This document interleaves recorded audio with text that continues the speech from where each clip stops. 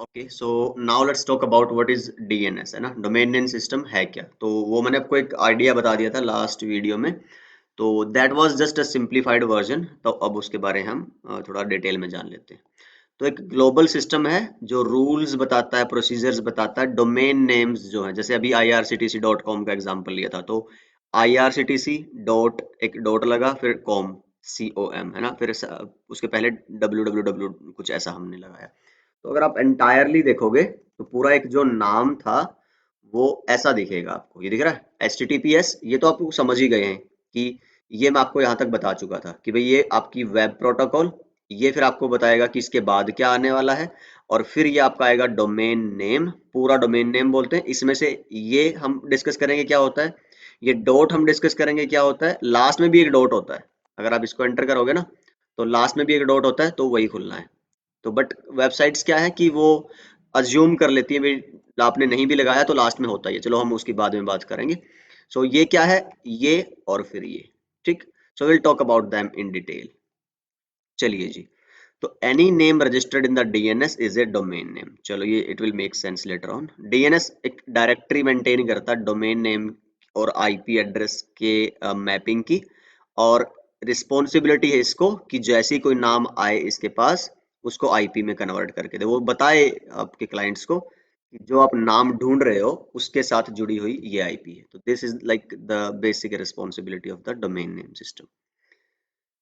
Okay, तो bit of history ये मैं बता चुका हूँ ऑलरेडी आपको in that history of internet chapter, DNS introduction. तो आप पढ़ लेना इसको। हियरार्किकल एंड डिस्ट्रीब्यूटेड, मैंने बोला था ये दो बड़े ही की वर्ड्स हैं डीएनएस के अंदर। One is hierarchical and one is distributed. ठीक है, मतलब समझिए जरा। अब जैसे मैं बोलूं कि जब डीएनएस इंट्रोड्यूस हुआ था उस टाइम पे क्या था, आपको मैंने वो मेल का एग्जांपल दिया था, है ना, कि भाई एक बंदे को पूरा मेल का वो सोर्स टू डेस्टिनेशन कहाँ कहाँ से होके वो किस किस लोकेशन से होके मेल जानी पड़ रही थी, हर जगह का एड्रेस टाइप करना पड़ रहा था। तो उसके लिए ही हमने वो डीएनएस वगैरह इंट्रोड्यूस करवाया था नेटवर्क के ऊपर। चलो, तो कोर डीएनएस इन्वेंशन क्या है, एक hierarchical domain based naming scheme. जैसे अभी हम लिख दें www.networknuggets.com, ऐसे बहुत सारे नाम देखे हैं आपने, है ना। तो ये हियरार्किकल नेम है। अब हियरार्किकल क्यों है ये मैं थोड़ा आपको रुक के बताऊंगा, बट जस्ट इतना जान लो कि ये ऐसे होता है कि इसके मैंने लास्ट में बताया था ना कि डॉट और होता है। तो शुरू में होता है डॉट, जिसको हम बोलते हैं रूट डोमेन या रूट डीएनएस सर्वर, ठीक है। फिर उसके बाद तुम्हारे आते हैं टॉप लेवल डोमेन्स, टीएलडीज, ठीक। तो टीएलडीज क्या है तुम्हारा, जैसे अभी ये डॉट कॉम है, ये एक टीएलडी है, टॉप लेवल डोमेन है। डॉट कॉम ऑर्गेनाइजेशन है जो non profit I guess organisation होती है जो। फिर तुम्हारे क्या बोलते हैं, और कौन सा आ सकता है, एजुकेशन वाले हैं, ऐसे बहुत सारे होते हैं तुम्हारे। I guess more than 200 250 plus तुम्हारे ये टॉप लेवल डोमेन्स होते हैं। Will talk about them in later videos, but yes मैं थोड़ा सा ये आपको आइडिया देना चाह रहा हूँ कि ये हियरार्किकल क्यों है। तो ये ऐसे चलता है, टॉप से लेके रूट डीएनएस सर्वर से लेके फिर टीएलडी, फिर आते हैं तुम्हारे ऑथोरिटेटिव सर्वर्स। तो ये तीन हम पढ़ेंगे आगे, the type of DNS servers, कैसे ये पूरा हियरार्किकल जाल फैला हुआ है डीएनएस सर्वर्स का। तो जैसे ये नाम दिख रहे हैं आपको ना, ऐसे ही इनके साथ सर्वर्स लगे हुए हैं, डीएनएस के सर्वर्स, उन्हीं के हिसाब से ये नाम मिलता है। तो यही मैं चीज यहाँ आपको क्लियर करना चाह रहा हूँ कि इन हियरार्किकल डीएनएस सर्वर्स और ये नाम, तो ये दो कोर पार्ट हैं डीएनएस सर्वर के। क्या कि भाई, तो जो डोमेन बेस नेम है तुम्हारा, और उसके एक्सेस के लिए डिस्ट्रीब्यूटेड डेटाबेस सिस्टम। डिस्ट्रीब्यूटेड का मतलब ये हुआ, आपने ऐसा नहीं किया कि ये जितने नाम पड़े हैं ना दुनिया भर के लाखों करोड़ों नाम, वो उठा के उसकी जो नेम टू आईपी की मैपिंग थी, जो आइडेंटिफिकेशन थी, वो एक ही सर्वर को बता दी पूरी दुनिया में। और अब जिसको भी पूछना है क्लाइंट को, जैसे मैंने लास्ट वीडियो में बोला ना कि वो मैंने सिंप्लीफाइड वर्जन बताया था, कि उसमें मैंने सिर्फ क्या कर दिया था, एक ही डीएनएस सर्वर बनाया और उस पे वो नाम टू आईपी का कन्वर्ज। तो ऐसा एक्चुअली नहीं होता, एक ही सर्वर नहीं होता, ऐसे बहुत सारे सर्वर्स होते हैं जिनकी हम बात करेंगे आगे। तो the name and to resolve them we have distributed servers, right? तो अलग अलग काम को करने के लिए अलग अलग डीएनएस सर्वर दुनिया के अलग अलग कोनों में पड़े हुए हैं ऑन द इंटरनेट, राइट।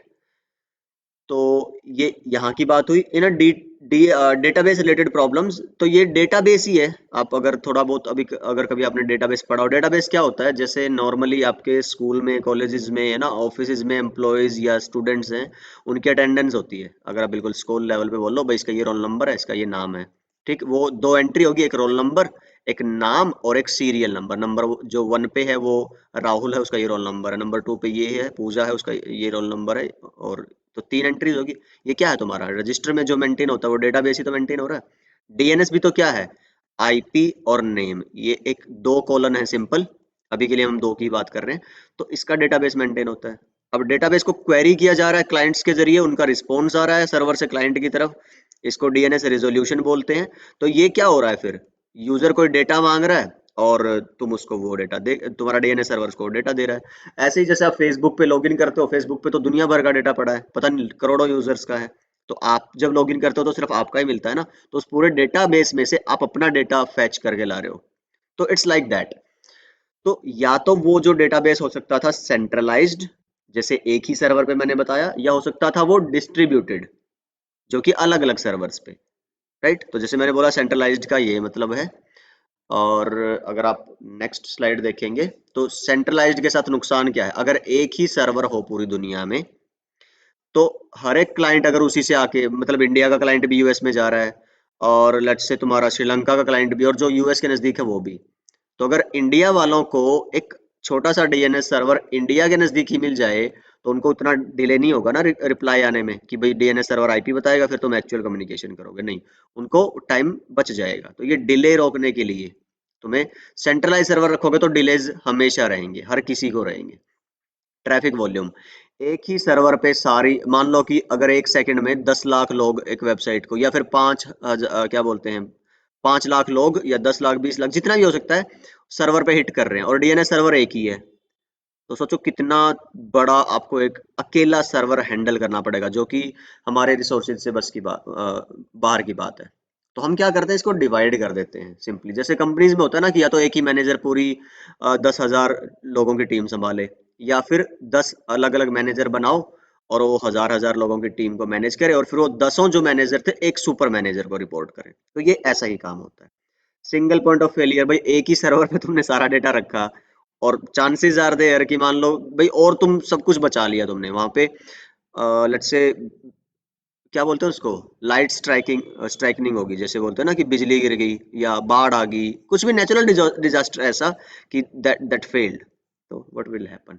तो दीज आर सम रीजंस कि फिर हम किस सॉल्यूशन के साथ गए, डिस्ट्रीब्यूटेड सॉल्यूशन के साथ। So we divide this huge amount of information into smaller parts. तो सिंगल डीएनएस सर्वर ना होके तुम्हारा मल्टीपल डीएनएस सर्वर्स होते हैं, which handles different responsibility. Collectively काम एक ही होगा, यूजर को फिर पता भी नहीं चलना बैकएंड में क्या हो रहा है, उनके लिए तो ऐसा लगेगा जैसे एक ही काम हो रहा है, एक ही स्टोर डीएनएस सर्वर कर रहा है, ठीक है। In this method, the host that needs mapping can contact the closest server holding the needed information.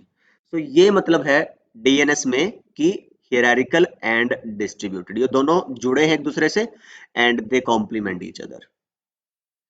Okay, so DNS is centralized database अगर होता तो स्केलेबल सॉल्यूशन नहीं होता। चलो ये हम बात कर चुके हैं पहले ही।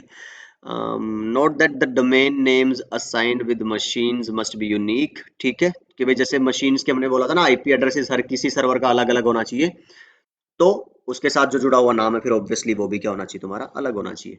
Okay, each name is made of several parts, मैंने अभी आपको बताया था जैसे कि www dot let's say networknuggets.com, और इसमें भी हम आगे काफी सारी वैरायटी बात करेंगे।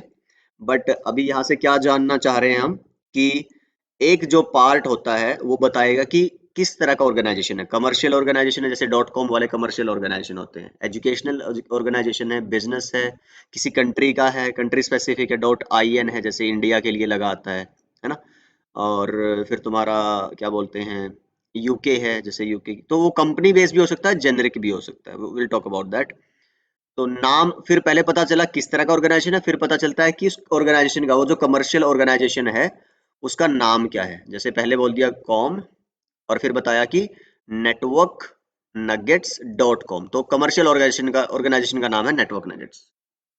Third part can define department. अब ऐसा भी हो सकता है sales.networknuggets.com, राइट, HR.networknuggets.com। तो ये नेचर हो गया, ये इसका नाम हो गया, और ये उसके अंदर, इसके अंदर का डिपार्टमेंट हो गया, ऐसे होते हैं।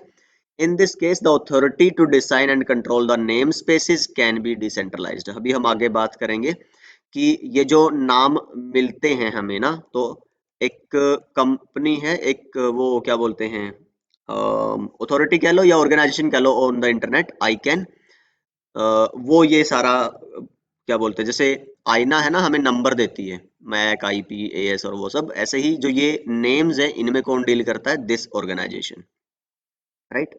तो ये उनका काम। अच्छा, अब इससे वो ये कहना चाह रहा है इस वाली लाइन से कि भाई ये जो ये काम है, ये सारा का सारा जो काम है वो अकेला ये आई कैन करे, उसी की रिस्पॉन्सिबिलिटी नहीं है। जो अथॉरिटी उसने क्या कर दी, इतनी अथॉरिटी उसके पास है कि ये जो नेम है ये डुप्लीकेट ना हो, एक मशीन को, एक सर्वर को एक ही नेम मिले, तो उसने वो यहाँ तक मेक श्योर कर दिया कि यहाँ तक सेम कभी। अब नेटवर्क नगेट्स किसी और कंपनी का दुनिया भर में नाम नहीं हो सकता, लेकिन जैसे अगर मैं बोलूं sales dot network nuggets dot com भी हो सकता है, और sales dot ABC dot com, तो ये जो पार्ट है ये ऑर्गेनाइजेशन स्पेसिफिक है, ये अब ऑर्गेनाइजेशन की अपनी अथॉरिटी हो सकती है कि वो क्या नाम देना चाहिए, right. So I hope that make sense. So यहाँ पे लिखा है नेम असाइनमेंट जो रिस्पॉन्सिबिलिटी है वो डिस्ट्रीब्यूट कर दी गई है अमंग मैनी अथॉरिटीज, ठीक है। ये मैंने आपको अभी एग्जांपल से बता दिया, सेम चीज जैसे ये भी लिखा भी हुआ है। तो info dot X Y Z भी हो सकता है, info dot A B C भी हो सकता है। तो the names are unique without the need for assignment by a central authority. तो पूरा नाम एक आईकैन को हैंडल करने की जरूरत नहीं है। So central authority controls only part of the name, जो यूनिक बनाएगा उसको, not the whole, not the entire name. Okay, so for the internet the जो टॉप नेमिंग हियरार्की है वो कौन मैनेज कर रहा है, जैसे as we talked right now, that is organisation called ICANN, Internet Corporation for Assigned Names and Numbers. तो ये 1998 में ही बना, जैसे 83 में ही आई गेस स्टार्ट हो गया था तुम्हारा डीएनएस, तो बट ये जब लगा कि अब इंटरनेट मैच्योर हो रहा है, डेवलप हो रहा है उस फेज तक कि अब ये पूरी दुनिया के लेवल का कंसर्न बन चुका है, तो तब फिर ये आपका ऑर्गेनाइजेशन पिक्चर में आया था कि अब भाई तुम संभालो अब डीएनएस के नेम को उस लेवल पे। So that organisation came into picture. सो conceptually the internet is divided into 250 top level domains कौन से, जिनकी मैंने अभी बात करी भाई, कमर्शियल, ऑर्गेनाइजेशन, इंडिया, यूके, हम आगे डिस्कस करेंगे। ये दो बेसिस पे नाम हो सकते हैं, या तो नेचर ऑफ द ऑर्गेनाइजेशन, जैसे कमर्शियल है या आपका बिजनेस है या मिलिट्री है, या फिर तुम्हारा कंट्री स्पेसिफिक भी हो सकता है, दो फ्लेवर हो सकते हैं इसके। तो इसी वजह से इतने सारे नाम हैं टॉप लेवल डोमेन्स के, मतलब इतने सारे टॉप लेवल डोमेन्स हैं। फिर आगे वो सब डोमेन बनते हैं, फिर उनका और आगे आप डोमेन, सब डोमेन्स के डोमेन्स बना सकते हो, तो ये हम आगे बात करेंगे, बट फिलहाल सिर्फ इतना ही जान लो, जो थोड़ा थोड़ा करके हम आगे बढ़ेंगे चीजों को लेकर। सो ये वो ग्राफ जो हम बोला था, ये है हमारा रूट डीएनएस सर्वर, ठीक है। ये भी अकेला नहीं होता, right, for scalability and security. तो फिर तुम्हारे आगे कौन से आ जाते हैं, ये टीएलडी, ये रूट है, ये टॉप लेवल डोमेन्स है। फिर इन टॉप लेवल डोमेन्स के आगे आ जाते हैं अथॉरिटेटिव सर्वर्स। तो फिलहाल बस एक पिक्चर क्लियर कर लो माइंड में, एक्सप्लेनेशन हम इसकी बाद में रखें। देन आई गेस इस वीडियो में इतना ही रख लेते हैं, otherwise it will be like more than half an hour video. तो नेक्स्ट वीडियो में हम बात करेंगे जो डोमेन नेम्स हम बोल रहे हैं ना, तो ये कैसे लिखे जाते हैं, कैसे इनकी सेंस बनती है, क्या कुछ भी डोमेन नेम हो सकता है या कुछ एक स्ट्रक्चर पैटर्न फॉलो करना पड़ता है हमें, और तो इस तरह की सारी बातें हम डिस्कस करेंगे in the next video. Bye bye and